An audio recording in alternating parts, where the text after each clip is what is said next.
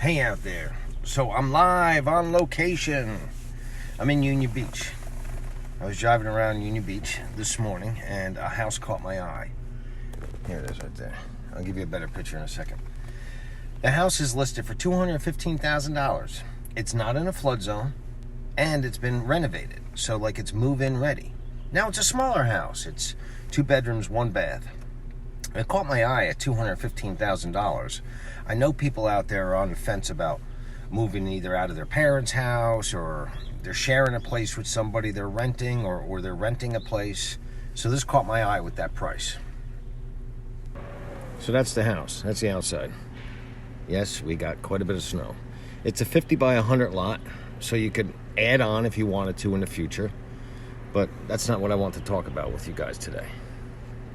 I know I have a friend or two out there that have VA eligibility that they're not using right now. So let me run a couple numbers for you guys. And this is what I would do. I'm not saying that this is how it would go, but the numbers would be pretty close. On a VA loan, you can get into this house. I think the interest rates today to purchase a house are like 2.75. You'll have to check me on that. I want 2.75. I don't want to pay any points to the mortgage company. So the numbers I'm going to be using is 2.75 for interest rate. So a VA loan, you can get into this house, and I would probably structure it like this. They want $215. I'd offer them $215 with a $7,000 seller concession. And I explained it in a couple of the videos I put together, but a seller concession is just that. The seller is going to give you money back towards closing costs and prepaid items and other items. So really, $7,000 should cover everything. Your lender fees, your title work, your lawyer, your prepaid taxes, insurance, everything else. So on a VA loan, you get into this house with zero money out of pocket. That's sweet. And your monthly payment would be around $1,250 a month, all in. That's with principal, interest, taxes, mortgage. You don't even need mortgage insurance on a VA loan, and your homeowner's insurance. However, not everybody has a VA eligibility. So let me talk a little bit about if you want to buy this house and you're a first-time home buyer using an FHA loan. In case you're wondering, I wrote down the numbers before I started making the video. So you want to get into this house with the least amount of money out of pocket. So you don't have VA eligibility, so you can't go that route. And you want to get in using an FHA loan. FHA requires a minimum down payment of 3.5%. So an FHA loan, I just showed you the numbers, you'd be all in paying about $1,300. I came up with $1,357 a month. $1,357. That includes everything. That includes that extra. I put $100 down for the FHA mortgage insurance that you'd have to pay each month. And how much money out of pocket would you have to come out? About $7,500. So $7,500, the seller pays all your closing costs, and you get into this house for $7,500 out of your pocket, and you own a house. That's amazing. That's awesome. Now I'm taking into consideration that this house is move-in ready. The sellers will get your CO for you.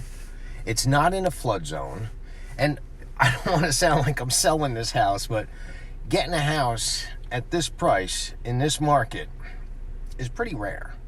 So, now I'm going to give you one more little thing that I guess I would do because I'm into creativity. Now I'm into buying a house and then forcing the equity by the renovations that I do. In this particular house, you can't do that. It's already renovated. However, if I knew then what I know now, I might get a little bit more creative. I might go into this house and put a purchase agreement together for, I don't know, $235,000, $240,000. Yes, it's above listing price, but hear me out. Then I would have a seller concession. So let's say I put a $240,000 purchase price together. I'd have a $30,000 seller concession on it. Now, why would I want to do that? So you say, hey, Harry, what the heck is up with that? You're complicating this whole thing. Is it worth it? Well, let me tell you why. If I can get that through, which I think I could, I think this house could appraise for $240,000. Would you have to explain yourself to an appraiser or lender or title company or something while you're doing it? You might, but you don't have to say too much. Let's say I put a $240,000 purchase agreement together with a $30,000 seller concession. It's all above board. We're not trying to commit any fraud or anything like that. The benefit is this, especially if you're in an FHA loan or a conventional loan, 1 year from now goes by, and they're going to base the initial value off of your purchase price. You'll be able to get rid of your mortgage insurance. You might even be able to get a home equity line. I had to move because the garbage truck was coming. So anyway, back to this. So listen, I know I got some people out there that are looking for their first house or looking for an investment property, or, you know, I've made videos about one more house could change your life. This could be that house. If this isn't the house for you for like the long term, it still could be a great investment property. So I ran the numbers and I told you with an FHA loan you can get in for $7,500 down as long as you do that seller concession. And your monthly payment would probably be around $1,357. You stay in the house for a year and then you rent it out. What could a house like this rent out for? 2 bedrooms, 1 bath, just renovate it? I mean, just off the top of my head, I think you could easily get between $1,800 and $1,900 on this house. I have a house around the corner that I'm getting $2,300 on, and I think it's reasonable to get $1,800 on this.